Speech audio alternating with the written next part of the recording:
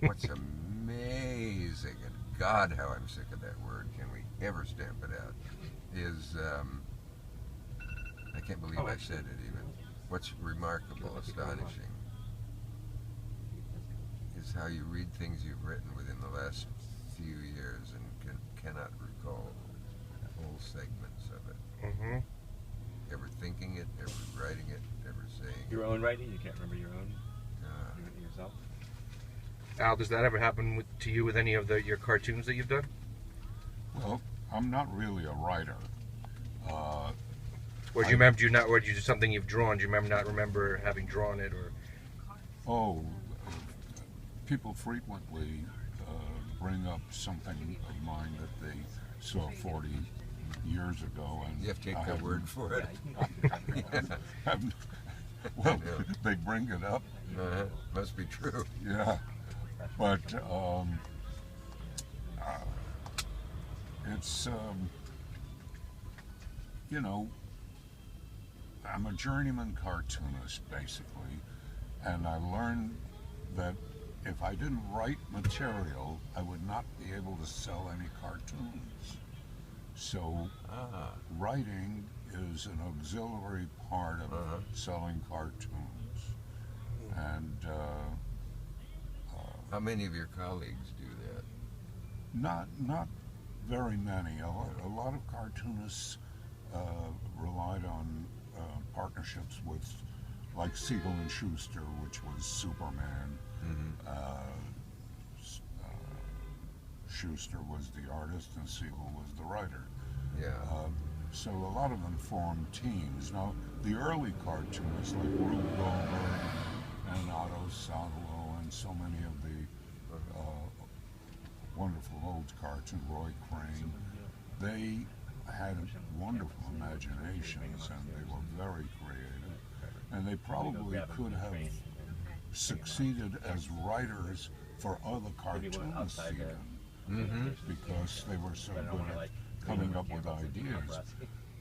But in the comic book business, which is what I was in, I wrote and illustrated my own material, but most of the people were separated into two entities, writer, artist.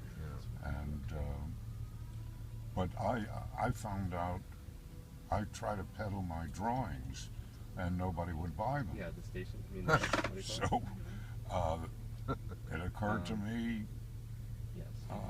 maybe if I write a funny story and then illustrate it, it might go better, and that got me going. And Dick, in one of your columns, there was actually an accidental tribute to Al's snappy answers to stupid questions, because in your column about where you were on the college campus and you found those pamphlets about what, I guess it's educated consent means, about what it means to have consent.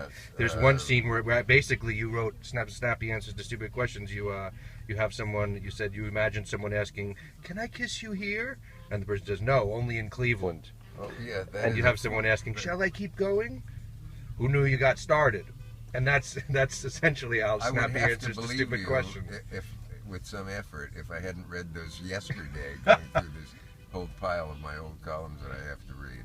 But I'm glad to know that Soglo was Otto, the little king. And another cartoon story is a friend of mine who wrote a book about working with Groucho for 2 years in his house, called Raised Eyebrows, for any Marx Brothers collector.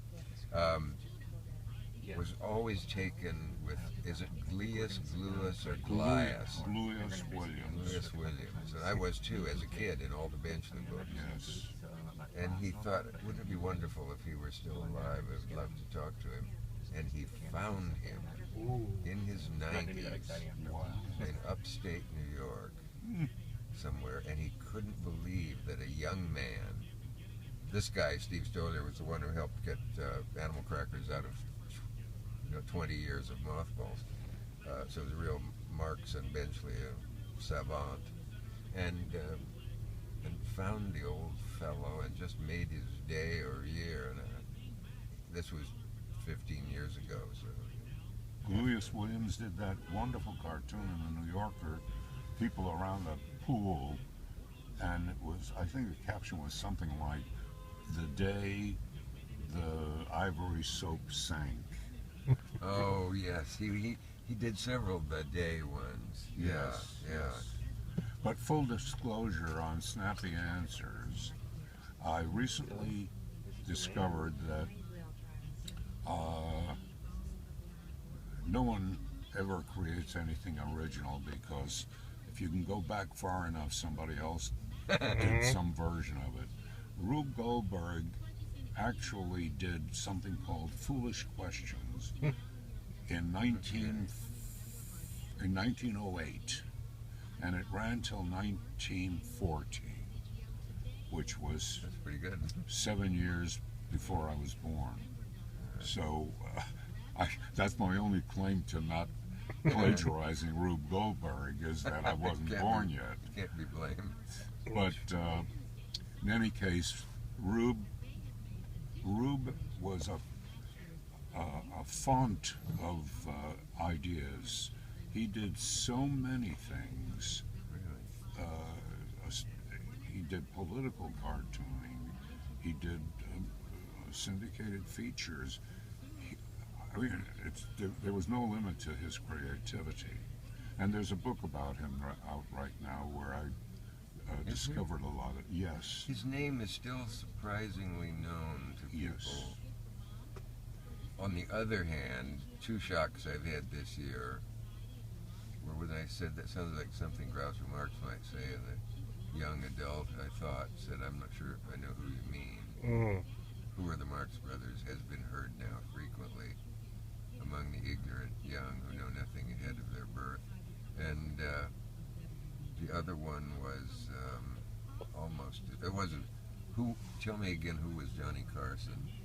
I heard that in